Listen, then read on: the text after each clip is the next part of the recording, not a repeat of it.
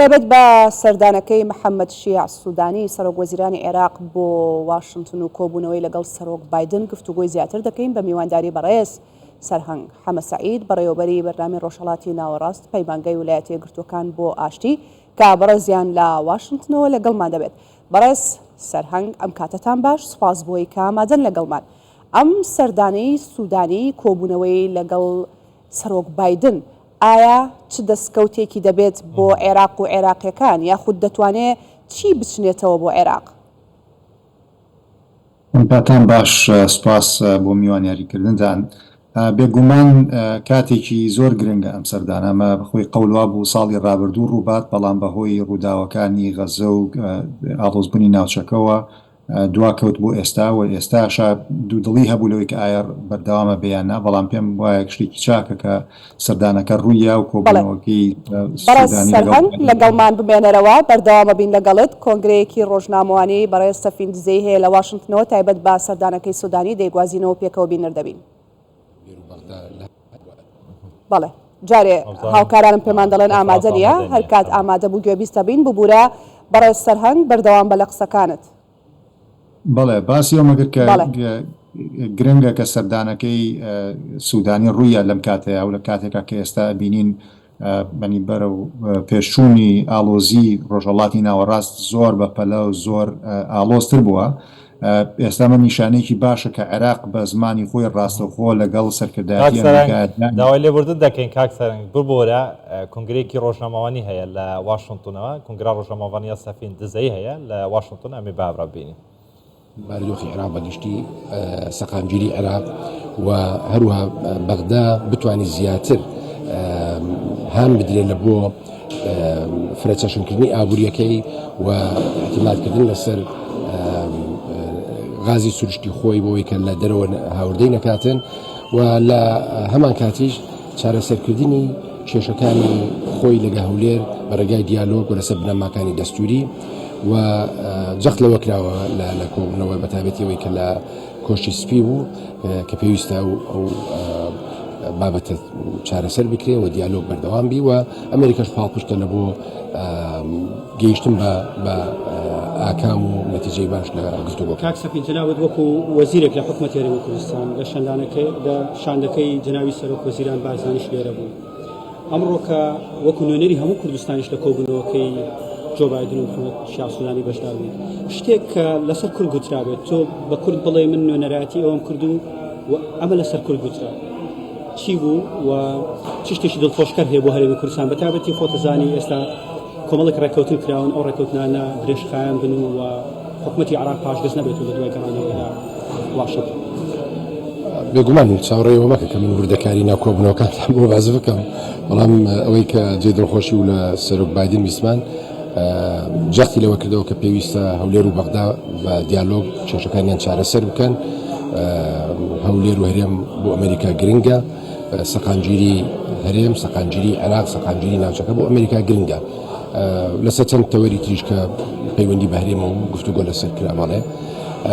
لە هەمان کاتیش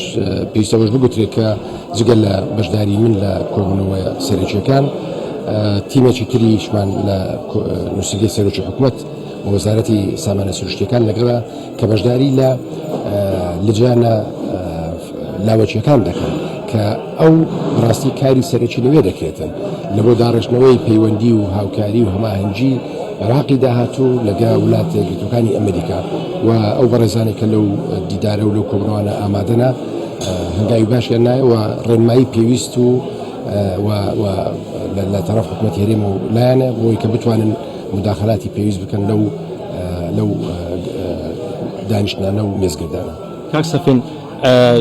شاندێکی یانی بڵێ لە نوێری وەزاری سامان سروشتیەکانیشە لەو ئەم شاندەدا هەیە وەکو نوێنەرەی هەرێمی کوردستان و پێشتریش چەند نامەیەک لە کۆنگرێس چووبوون بۆ ئیدارەی جۆ بایدن داوان ئەکرد کە گوشارێک لە حکومەتی سوودانی هەبێت بۆی دەست بە پرۆسی هەناردەکردنەوەی کوردستان بکرێت. خۆتەزانین ساڵێک تێپەڕیوە باس لە نزیکەی 4 ملیار دلار ئەکرێت کە زیان بە عێراق و بە هەرێمی کوردستان گەیشتووە. ئەم نامانە تا چەند کاریگەر بوونە و دەست بە پرۆسی هەناردەکردنەوە ئەکرێتەوە لە کاریدا بەشێک لە کۆمپانیاکانی نەوتیش ئەمریکین. دوێنێ من دانیشتێکی تەنیا و تایبەت من لەگەڵ سوودانی هەبوو و باسی و بابەتانە کرا بەڕێزیشیان لە ئەنگلی ئەوەنە کە نەفتی هەرێم دەبێ هەناردە بکرێتن. بەڵام بەدیدی ئەوان دوو گرفتە، یەکێکیان یاساییە بەپێی یاسای بودجەی 2023-2025 یەکیش پێداچوونەوە بە گرێبەستەکان لەگە کۆمپانیەکان. ئەو دوو ڕێگایە هەیە لە بۆ چارەسەرکردن، بەڵام بەحقیقەت هەردووچیان ممکنە لە بۆ هەرێمی کوردستان گونجاو نەبێت. هەرچەندە ئێستا من ناتوانم هیچ بڕیارێک بدەم، بەڵام پێویستە دراست بکرێتن و لە دیدارەکان بەڵێ جەختەوە کرایتەوە کە پێویستە نەفت دووبارە هەناردەر بکرێ، چونکە لە بەرژەوەندی عێراقە، لە بەرژەوەندی هەرێمە، لە بەرژەوەندی کۆمپانیەکانی ئەمریکا و لە بەرژەوەندی ئیستیقرالی سیاسی ناوچەکەشە. من لەو باوەڕدەم کە بەڕێز سوودانی لە ئەنگلی ئەوەیە کە نەفت هەناردە بکرێ، بەڵام بە چ شێوازێک ئەوەی کە لەو بربەستانە لی دەرباز بوون. سەرۆکی هەرێمی کوردستان ئەڵێمە پشتگیری لە سەردانەکەی سەرۆک وەزیرانی عێراق بۆ ئەمریکا دەکەین و هیوادارین ینی دەستکەوتێکی باشی هەبێ بە گەشتبینیەوە بگەڕێنەوە. گەشتبینی هەیە بەم سەردانە، ینی سوودێکی بۆ هەرێمی کوردستان هەبێ؟ بشک، چونکە هەدەفی سەرەکی لەو سەردانە یەکەم سەفەری بەڕێز سوودانیە بە مەبەستی دیالۆگ و پێداچوونەوەی پەیوەندیەکانی عێراق لەگە وڵاتە یەکگرتووەکانی ئەمریکا و هاوپەیمانان لە داهاتوو. لە 2011 کە هاوپەیمانان عێراقیان بەجێ دوای لە 2014 لە سەرپاسی حکوومەتی عێراقی گەڕانەوە بۆی کە هاوکاری هێزەکانی عێراق و هێزەکانی پێشمەرگە بن شەڕی داعش بکەن. ئێستا بارودۆخەکە گۆڕان، ڕاستە مەترسی داعش ئێستاش هەرماوە، بەڵام شێوازی ڕوبەڕووبوونەوەی داعش گۆڕانکاری بەسەدادی. بۆیە حکوومەتی عێراق و لایەنە سیاسەکان داوایان کردێت کە پێداچوونەوە بکرێت. هەندێک لایەنی توندڕە و هەنە کە داوا دەکەن هێزەکانی هاوپەیمان بە هیچ شێوەیەک نابێت لە عێراق بمێنن، بەڵام حکوومەتی عێراق و بەڕێز سوودانی وازانم بابەتیانە بیر دەکاتەوە و بە شێوازێکی تەماشای بابەتێک دەکات و هەبوونی هێزەکانی هاوپەیمانان لە چارچێوەیەکی دیاری کراوتر نەک تەنها پەیوەستی بە بارە ئەمنیەکە، بەڵکو لە ڕووی ئابووریەوە، لە ڕووی کۆمەڵایەتیەوە، لە ڕووی ئەکادێمیەوە، لە ڕووی تەندروستیەوە، لە کۆمەڵە گواریتر هەیە کە عێراق و ئەمریکا دەتوانن هاوکاری یەکتر بن و پاڵپشتی عێراق بنەوەی عێراق بتوانێت زیاتر پەرە بە باری فرەچەشنکردنی ئابووری، مەسەلەی دراوە، مەسەلەی بانکە، کۆمەڵێک بابەت هەیە. ئەتر ئەو کۆبنەوانە یاخود ئەو بابەتانە لە کۆبنەوەکانی لاوەچی گفتوگۆی لەسەر دەکرێت بۆی بگەنە چارچێوەیەکی دیاری کراو کە لە داهاتوودا دیسان کۆبنەوە ببیتەوە لە ئاستی تەکنیکی بڕیارێک بدرێ داڕشنەوەی پەیوەندیەکانی عێراق لەگە وڵاتە یەکگرتووەکانی ئەمریکا و بێگومان هەرێمیش قسەی خۆی دەبی لەو بابەتە و لە کۆی ئەو تەوەرانی کە باسم کرد هەرێم قسەی خۆی هەیە و هەڵوەستی خۆشی دەبیتن. ئومێدوارین کە ئەو هەنگاوانەی کە دەنێرێت لە داهاتوو ببێتە مای سەقامگیری لە عێراق و بە خۆشگوزرانی خەڵکی عێراق. با ئەو پرسیارش بکەم، چەند مانگێکە حکوومەتی عێراق موچە بۆ هەرێمی کوردستان بۆ فەرمانبەرانی هەرێمی کوردستان ئەنێرێ، پێتان وایە ئەمە تەنیا لەبەر سەردانەکەی سەرۆک وەزیرانی عێراق بوو کە بۆی بە ئەمریکەکان بڵێ خەریکە کێشەکان لەگەڵ هەرێمی کوردستان چارەسەرەکەن، یان هیچ بەڵێنتان وەرگرتووە کە حکوومەتی عێراق بەردەوام ئەبێ لە ناردنی سێری کوردستان؟ ئەوەی کە لە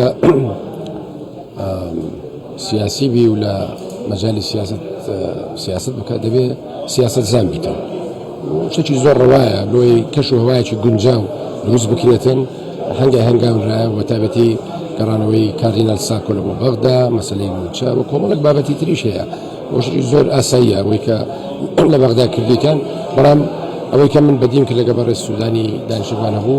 لە بەردەوامبوونی ئەوەی هەز دەکەم کە جدیت هەیە، بەڵام چەندی دەتوانێت جێبەجێ بکرێت و بابەتێکی ترە و هیوادارین کە بەڕاستی ئەو مەسەلەی موچەچی دی نەبێتە بابەتێکی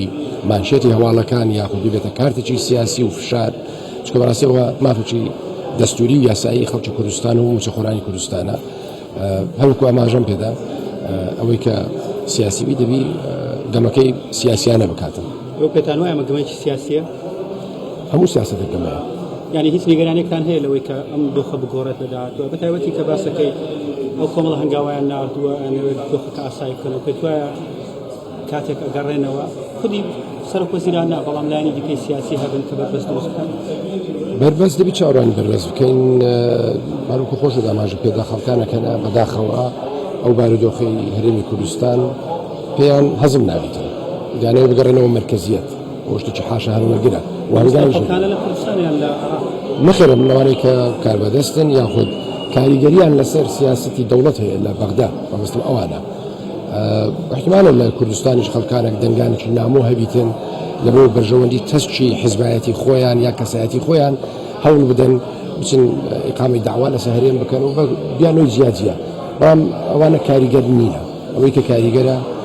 حکوومەتی فێدرالیە و ئەوانن کە ئەو هەنگاوانە دەتوانێن موچەڵکەنەوە یان جێگیری بکەن بەڵام دووبارەی دەکەمەوە سەردانی بەڕێز سەرۆکی هەرێم لە بۆ بەغدا و ئەوەی کە من خۆم شخصی لە بەڕێز سوودانی بەدی کردیا جدیەتی لێ بەدی دەکرێتن کە هەوڵی چارەسەری کێشەکان بداتن تا چەند بۆی دەستە سەر ئەوە پرسیارێکی ترە بەڵام لەو زاتە دەکرێت جدیەت بەدی بکرێت سەبارەت بە هەڵبژاردن هیچ باسێکە بوو سەبارەت بە هەڵبژاردنی هەرێمی کوردستان لەگەڵ بەرپرسانی ئەمریکا بە شێوەیەکی کراوە و ڕاشکاوە بەڵام بەر لە دیداری لەگە سەرۆک بایدن دەرفەتەکە بوو تا چاوەڕێی دیدارە تایبەتەکەی نێوان سەرۆک وەزیران و سەرۆک بایدن بووین لەگە هەندێک بەرپرسان کە لە کۆبنەوەکە ئامادە بوو جەختیان لەوە کردەوە کە پێویستە ناو ماڵی کورد ڕێک بخرێتن بۆی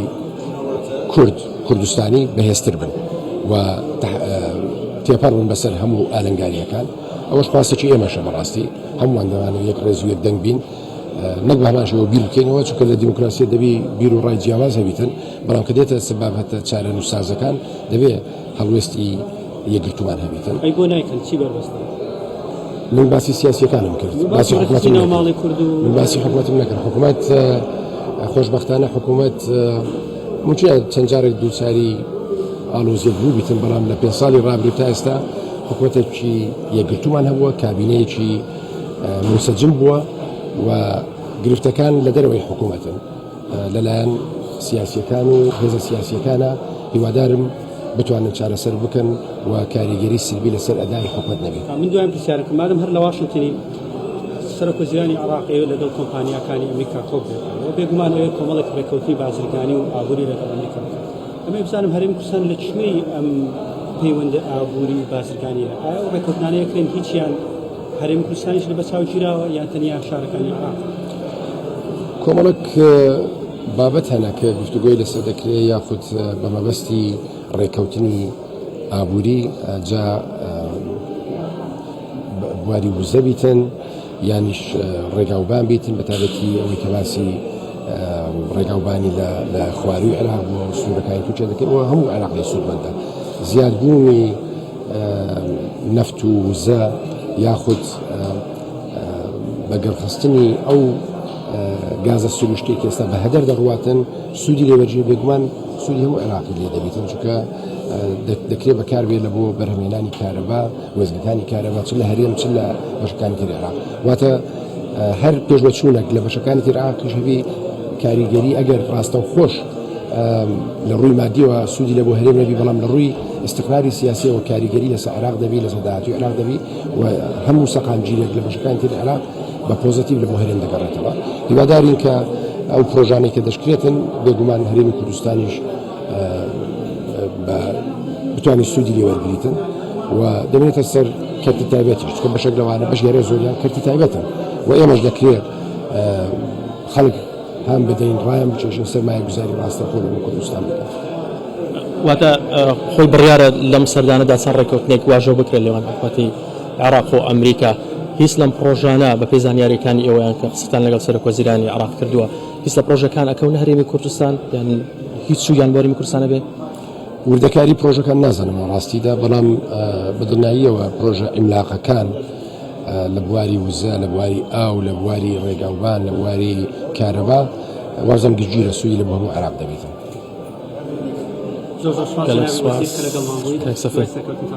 زۆر سپاس بەڵێ ئەوەی کە بینیمان کۆنفرانسی ڕۆژنامەوانی سەفین دزەیی بەرپرسی فەرمانگەی پەیوەندەکانی دەرەوەی حکوومەتی هەرێمی کوردستان بوو زۆر بە باشی و بە گرنگیەوە باسی لە کۆبوونەوەکەی سوودانی لەگەڵ سەرۆک بایدن کرد باسی ئەوەی کرد کە تأكيد لە خاڵێکی گرنگ کراوەتەوە ئاباز ئەویش ئارامی و ئاسایش و سەقامگیری هەرێمی کوردستان و هەولێر و عێراقە بۆ ناوچەکە و باس لە پرسی وزە کراوە باس لە هەناردەکردنەوەی نەوتی هەرێمی کوردستان کراوە و کۆمەڵێک پرسی دیکەی گرێدراو بە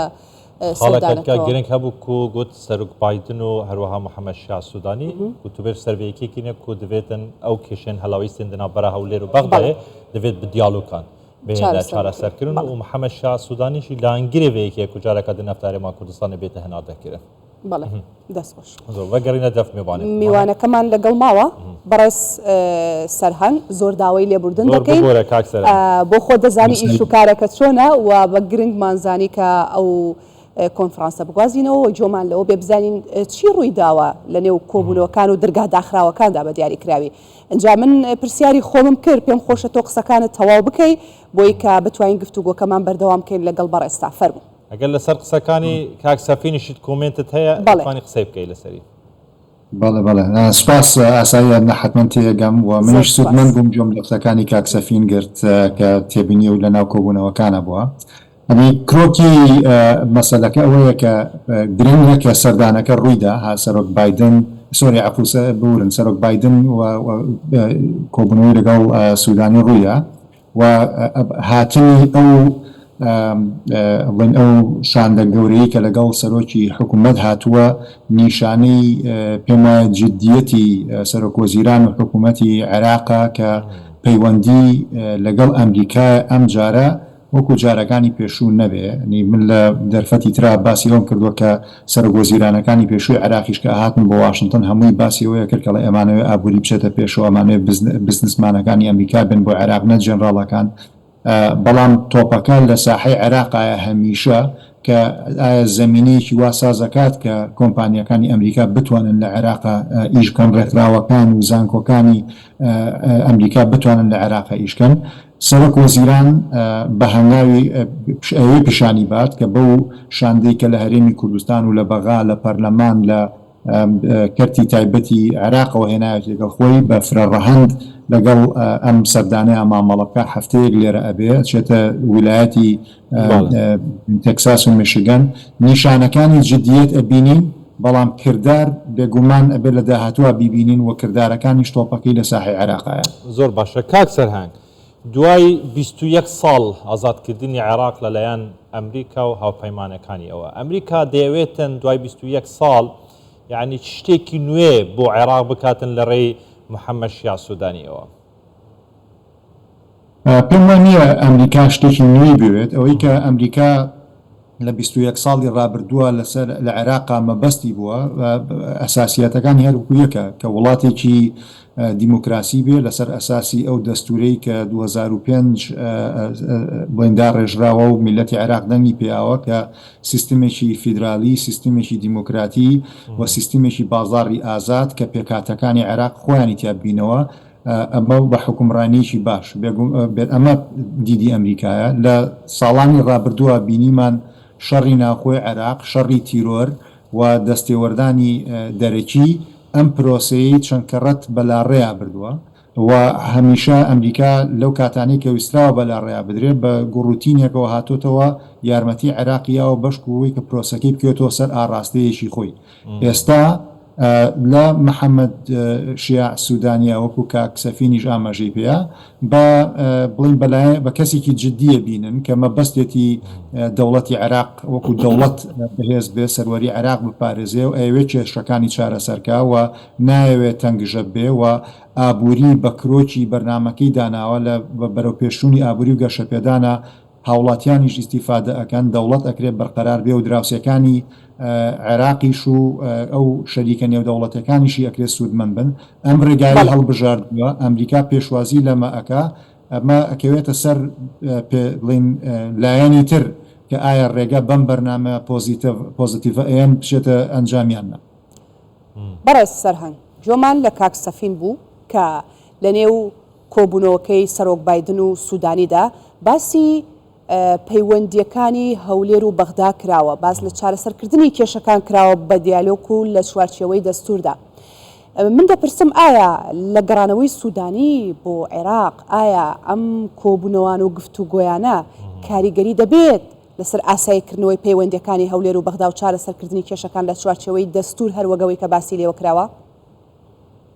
پێم وایە لە نەفەسی حکوومەتی عێراقیە لە کابینەی حکوومەتی عێراقیە بە سەرکردایەتی سوودانی پێشتر ئەم نەفەسە ئیجابێتە هەب ئەرێنیە هەبوو و بەردەوامیژە بێت بەڵام لە عێراقا حکوومەت وابەستە بە کۆمەڵێک هاوکێشەی سیاسیەوە کە لایەنی تری سیاسی کە لە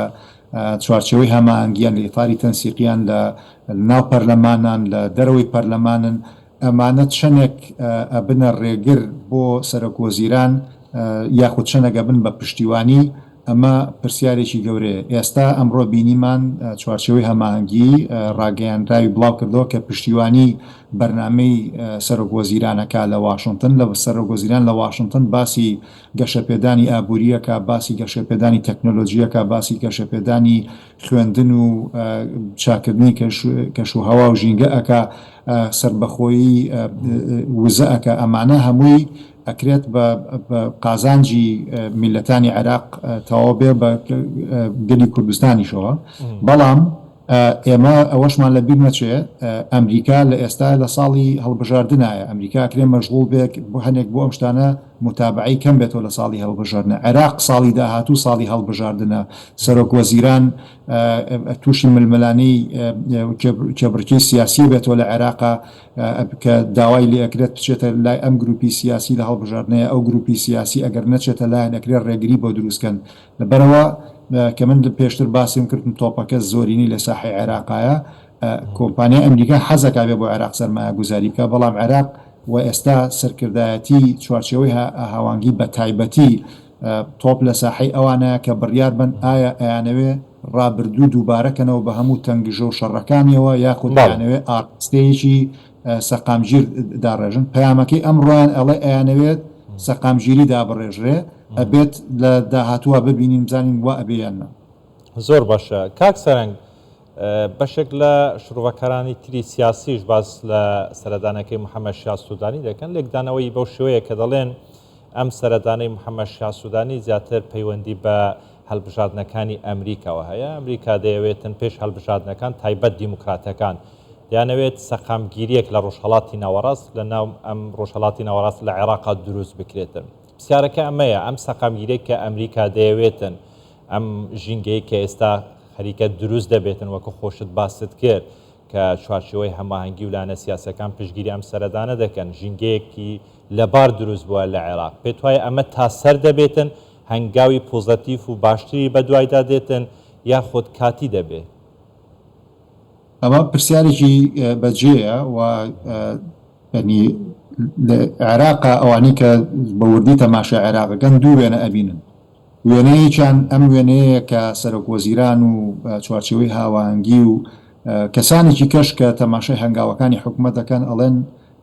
هەنێک نیشانە ئەبینین کە ئەکرێت جۆرێک لە ئاڕاستەی بڵین سەقامگیری هەبێت بەڵام کە تەماشای بڕیارەکانی دادگای فیدرالیەکەن و بکە بە ئاڕاستی هەڵوەشانەوەی یاسای نەوتوغازی هەرێمی کوردستان هەڵوەشانەوەی پەرلەمانی کوردستان و خود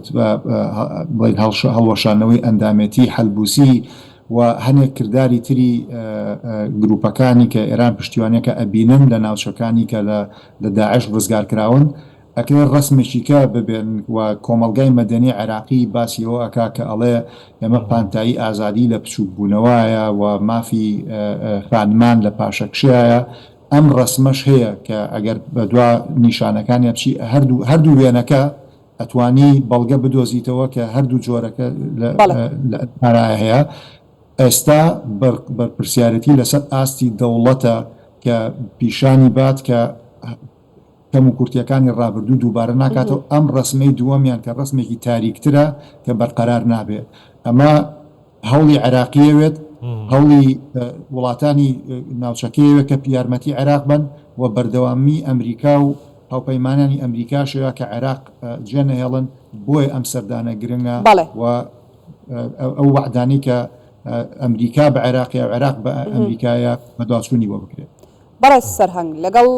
هاوکارم عەباس باسی سەقامگیری عێراقتان کرد بۆ ناوچەکە و بۆ ڕۆژهەڵاتی ناوەڕاست بەڵام با من بەو شێوازە بپرسم ئایا عێراق لە چ بوارێکدا پێویستی بە ئەمریکایە بۆی سەقامگیریکی بەردەوامی هەبێت چونکە ئێستا بۆ خۆت دەزانی خەریکە عێراق پشت دەکاتە بواری سەربازی و ڕوو دەکاتە ئابووری بە کورتی وەڵاممان بیتەوە سوپاس دەکەم. بەڵێ بەڕای من هێشتا لە بواری سەربازیە پێویستی بە ئەمریکایە لە ڕووی پڕچەکردنەوە لە ڕووی مەشقکردن لە ڕووی زانیاری بڵین ئاڵوگۆڕێەوە. دووەم لە بواری بڵێن حکومڕانیە بۆی کە حکومڕانی دەوڵەت تازە بکاتەوە پێویستی بە مەشقا پێویستی بە خوێندنە لە زانکۆکانی پێشکەوتەکانی ئەمریکایە و ئەمریکاش کادری و شەریکی پێشکەوتوی هەیە توانی یارمەتی بە. سێەم لە بواری ژینگەیە ئەمریکا تەکنۆلۆژیا و توانای ئەوەی هەیە کە توانێت یارمەتی عێراق بە و لە بواری کەلتوریشە پەیوەندی عێراق و ئەمریکا تەنها پەیوەندی دوو دەوڵەت نەبێ بەڵکو پەیوەندی میلەتەکان بەیەکەوە بن ئەمانە زۆر باشە پەیوەندی درێژخایەنن. دەست خۆش بەڕێز سەرهەنگ حەمەد سەعید ڕێبەبەرێ بەرنامەیە ڕۆژهەڵاتە ناوەڕاست و پەیمانگەها ویلایەتین یەکگرتی زۆر سپاس لە واشنگتن گەلمەوەی گەلێکی سپاس.